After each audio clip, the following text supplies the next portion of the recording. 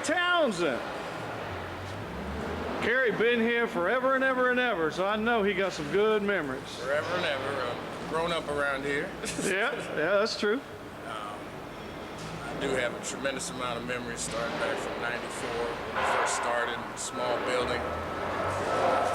Some crazy times trying to keep the GM, figure out what they wanted. Save them from us, help save them from themselves sometimes. That's exactly right. Jim Doman and Frank Pohl going at it every morning. Yeah, there's a name from the past, Frank Pohl. Yeah, I heard that. Figure out how to keep that carpet cutter going. Yeah. Keep the plant Yeah, that's most of the memories when I talked to the maintenance department. That's what it was, the carpet cutter. Yeah, that carpet cutter was crazy. Yeah. Remember, as we moved into the 360 project, the rail site started, we had some crazy times up there keeping things going. Crazy things in and out there. I'm not going to talk about it in detail. Okay. Well, now, you know, you were the coach of the softball team, Yeah, but it almost shut us down, too, because we had so many injuries, people couldn't come to work. That first year. I think every single person broke something, myself included. I'm glad we did it, though. I love softball now. I still play every year. Okay. It's a big change for all of us. Yep, gonna miss it, huh? It's hard to, gonna miss it. hard to really swallow, Yeah. but it's a reality. Okay. All right, thanks, Gary. Okay, Miss Sonia Townsend. Okay, give me a memory that you have from Jamestown. Okay, I have quite a few, Daryl. Okay. Okay, my first memory that I'm gonna miss is Lois's hugs. Lois's hugs, yeah. I'm gonna miss hearing Jim say, "Okay, girl." I'm gonna miss Johnny's witty jokes that nobody understands but Johnny. I'm gonna miss Daryl's hearty laughs. Okay. Daryl laughs from deep within. I'm gonna miss everybody looking for Seal Jr. like, where's Walter? Right, where's he at? Yes, because nobody ever knows where Seal Jr. is at. And I'm gonna miss Billy hollering and screaming about her employees. Okay. And I'm gonna miss Miss Dorothy talking to her every morning and having our annual what's going on in the world. Okay. That's what I'm gonna That's miss good. at Jamestown. All right, thank you very much. Okay, sitting here today with Seal Townsend Jr., who's got a lot of Jamestown memories, right? Yeah, for sure. All right, let's hear a few. What you got? Oh, yeah, man. Well, first off, to anybody who's seen this video, it's been wonderful working with you guys, for real. It's been a great team and a great experience, and I hope we can work together sometime in the future. Who knows? Shoot, a lot of memories come to mind. One specifically that I can say that where I really felt like I sacrificed and really gave up a lot of my pride for Jamestown was over the years we've had a lot of problems with animals, you know, being in the plant. I know there's snakes coming out of Mexico. It seemed like it was once a month somebody was getting a copperhead or something. Of course, there's always been birds and this and that, but this one time we had some animals that were, I think, raccoons that were living in the quarter panel racks that we had in the back. So we kind of knew they were around, and I don't know if this raccoon was related at all to the raccoon that got caught in the transformer at one time, or was it a squirrel? It was a squirrel on the transformer, but I think we had a raccoon or something that got caught in an exhaust fan up on the roof. Okay. So the animals have always been part of Jamestown. Right. And that didn't include in Xenia, those animals. But yeah, we had, there's some kind of, it was a raccoon. He was living in the quarter panel rack. So we didn't really think much about it until we got a call from General Motors that said, hey, we're about to shut down the line because there's some kind of stuff.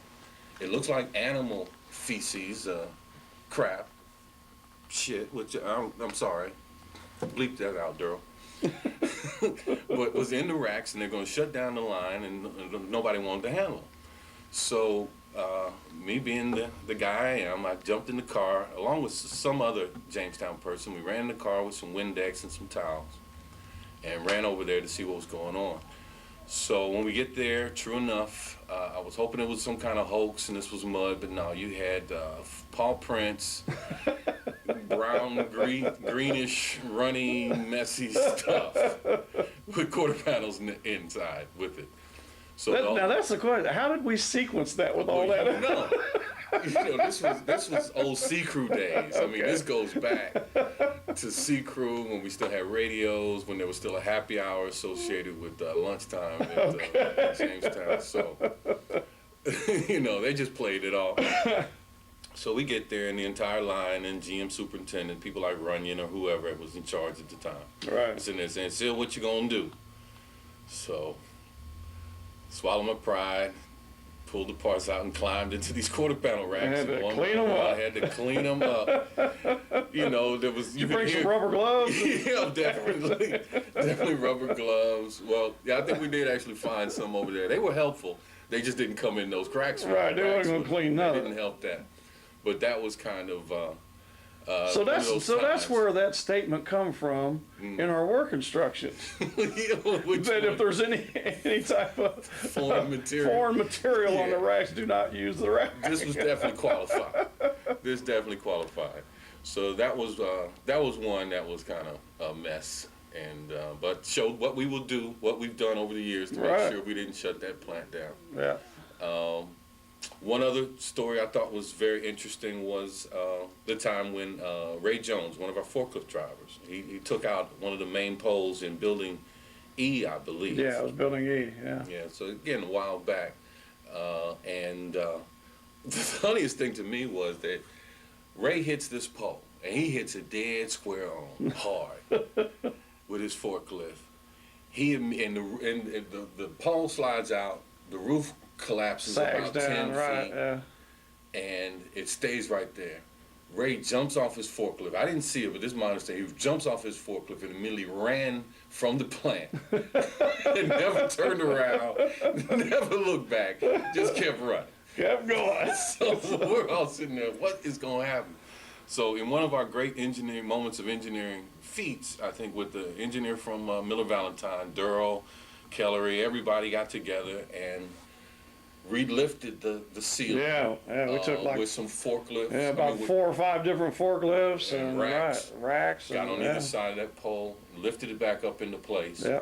while their person then hammered that beam back into place Mm-hmm. and nailed it back down or screwed it back down, and that was a temporary fix, man. But again, we came that close to caving in the whole place. Caving into place. Nobody got hurt. Never No. shut the plant down. No, I mean, Okay. they didn't make sure this tape never gets to General Motors.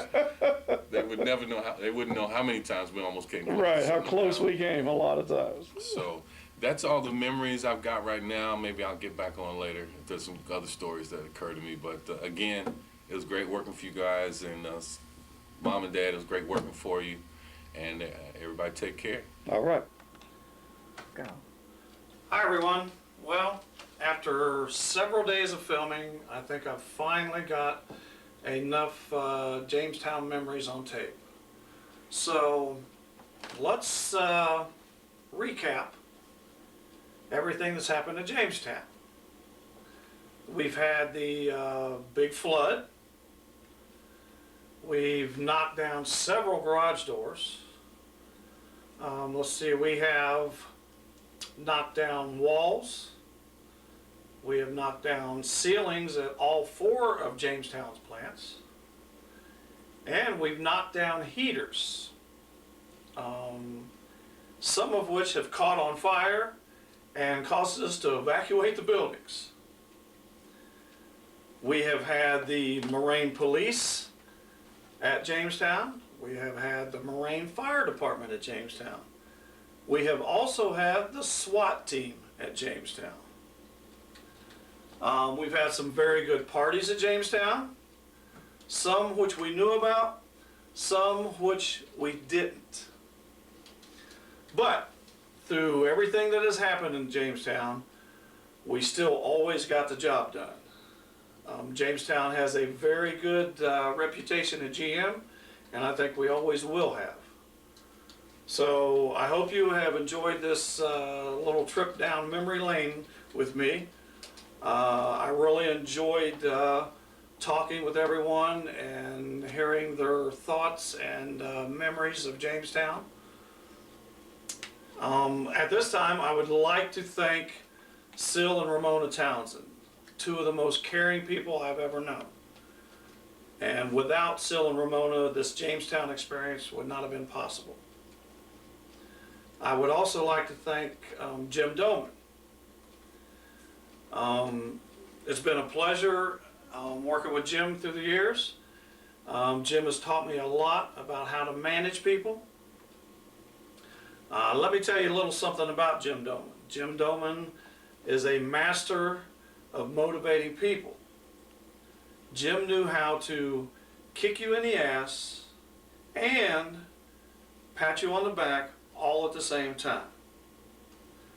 Now, there was a lot of times myself and other managers left one of Jim's meetings wondering what the hell just happened in there.